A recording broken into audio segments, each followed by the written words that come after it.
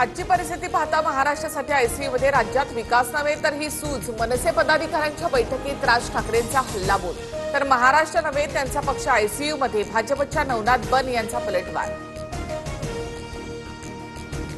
प्रत्येक गोष्टीला expiry date असते, सत्तेत असणाऱ्यांनाही एक्सपायरी डेट। काँग्रेससारखीच यांचीही परिस्थिती होणार, काँग्रेसचा दाखला देत राज ठाकरेंचा सत्ताधाऱ्यांना इशारा।